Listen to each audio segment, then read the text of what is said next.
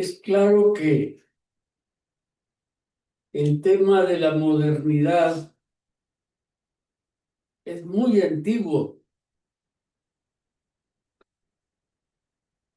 Nació del vocablo latino modernus en el siglo V después de Cristo. Quería decir vocablos que ya no eran anteriores a ese siglo primero, que eran nuevos, que eran actuales de la época nueva, cuando ya Ciro, el, el embajador, el emperador romano Constantino, había dejado atrás el cristianismo y se había abierto la nueva era que los historiadores de larga duración llaman cristiandad. Una tergiversación teológica que permitió una transformación radical de la antigua fe cristiana. Esa cristiandad fue la que llegó a América en 1492, cuando ya en Europa el viejo concepto de modernus se había transformado en una ideología enseguida del Renacimiento, llamada modernidad. Eso fue lo que llegó a América con la llegada de los europeos de Cristóbal Colón.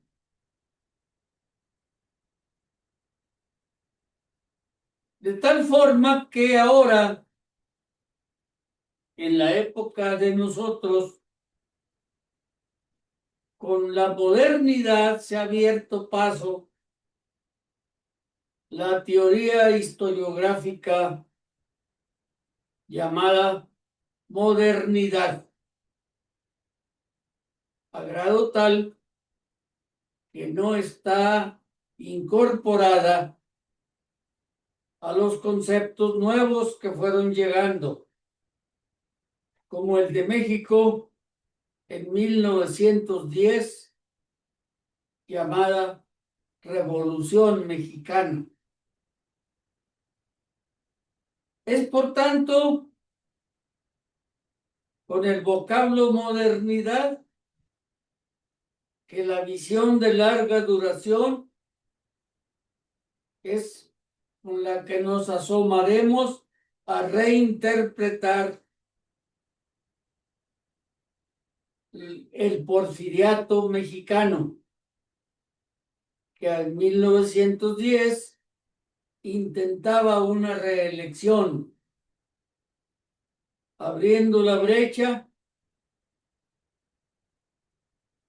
al grito de Madero de sufragio efectivo y no reelección,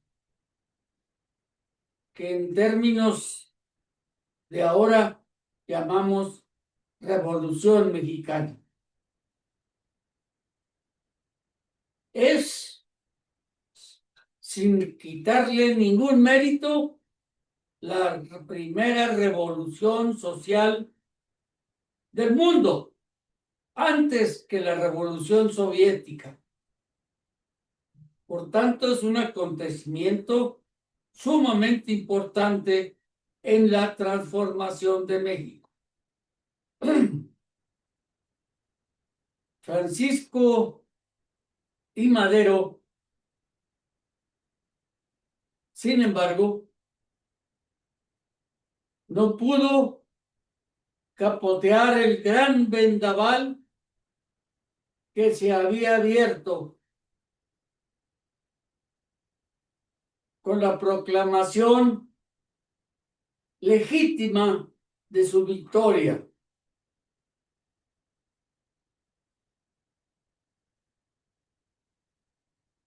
El viejo dictador no pudo ya justificar su reelección y debió emigrar al extranjero para evitar castigo.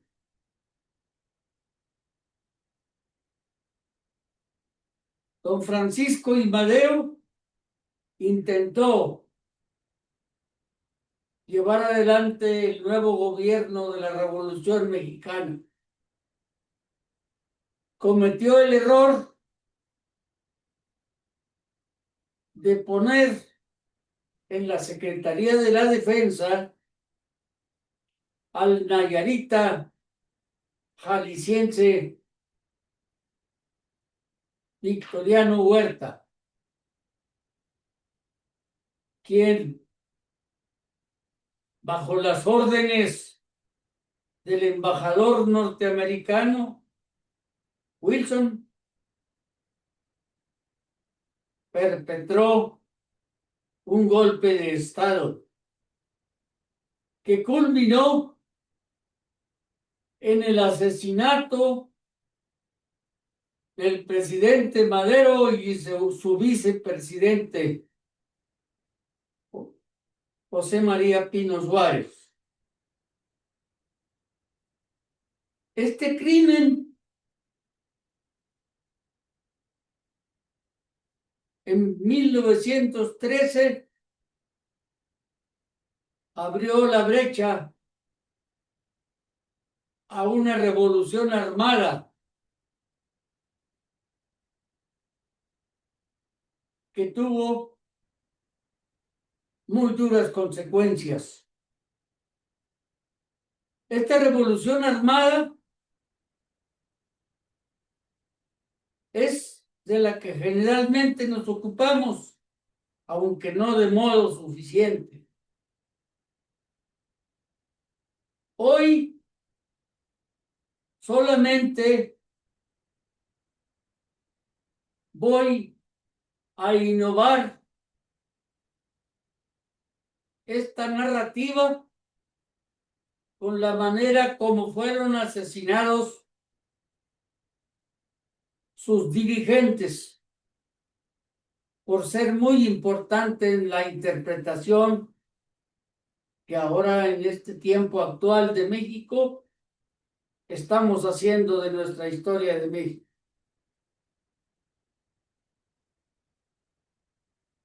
Sucesivamente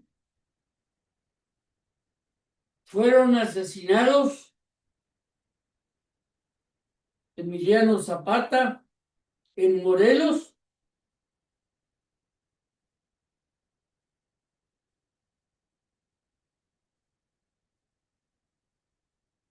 después de él seguirían todos los demás. Venustiano Carranza mismo en 1920 fue asesinado en Tlaxcalantongo, Puebla.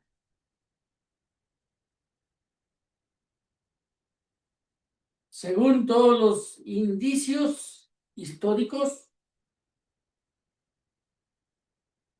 fueron órdenes de Álvaro Obregón. Estaba resentido porque Carranza impuso al licenciado Bonilla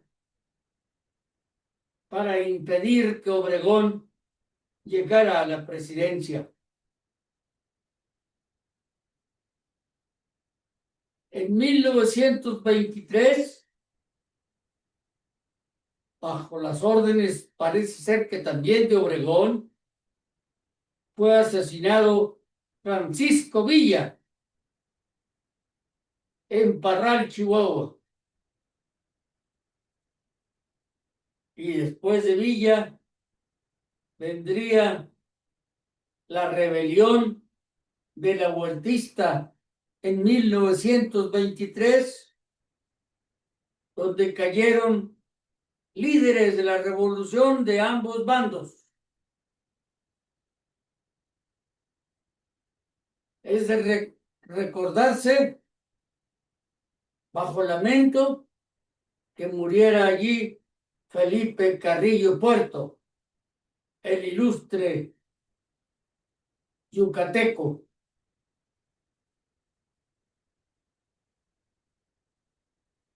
Y así hasta llegar 1928, cuando José de León Toral,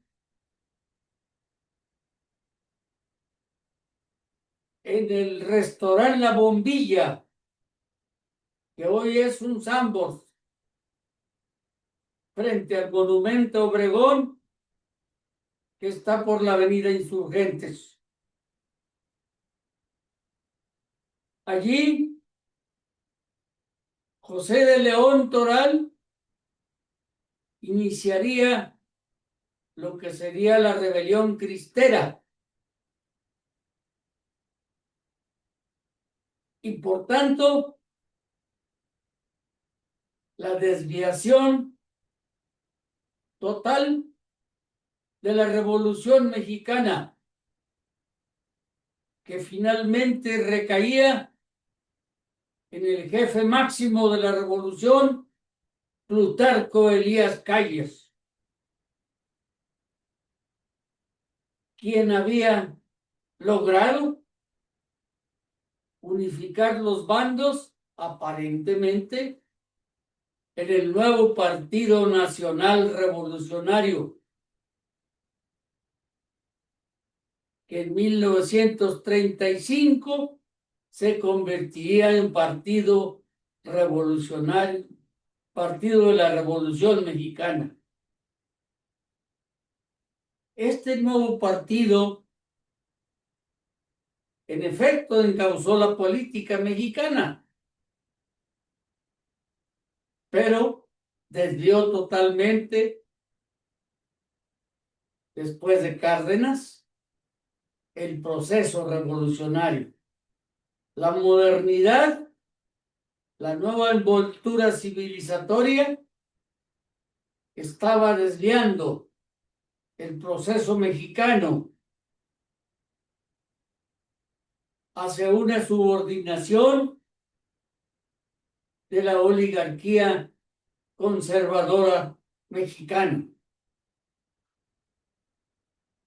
Desde luego, la historia de México dejó de estar en manos de revolucionarios y es asumida por la nueva burocracia oligárquica conservadora de Miguel Alemán, Adolfo Ruiz Cortines y Adolfo López Mateos. No sabemos exactamente qué más descubre la historia, pero es claro que ya es otro proceso que afortunadamente ahora lo recordamos como si fuera pasado, pero aún no lo es. Todavía late por ahí, en el seno de la Morena, las mañas, la cultura, las corruptelas de los viejos políticos que comandados ahora por Salinas Pliego y otros, resisten la cuarta transformación que esperamos logre consolidar la nueva etapa de México. La modernidad sigue siendo hoy ocaso, pero un ocaso que todavía no se va, que ya debe irse, pero que no es fácil la transformación cultural de las conciencias como lo quisiera el López Obradorismo y lo quiere nuestra presidenta Claudia Sheinbaum. Estamos con ella. Apoyamos la cuarta transformación. Pero es claro que recordar la serie de crímenes en que acabaron los liderazgos revolucionarios ayudará a comprender que nuestra revolución fue en efecto una revolución traicionada, como lo escribiera el maestro José Santos Valdés para La Nación Mexicana en su calidad de periodista. En la Escuela Normal Rural de San Marcos, Zacatecas, se presentará seguramente este mes de marzo, o si mucho en el mes de abril, el tomo 21 de las obras completas del ilustre maestro rural mexicano, gracias a los esfuerzos de los egresados de la Escuela Normal Rural de San Marcos, donde yo estudié. Es de reconocerse el esfuerzo de sus líderes, de los egresados, como lo es el maestro Ruperto Ortiz Gámez y el compañero Jaliel Arnulfo Morales Dueños. Es necesario no olvidar la historia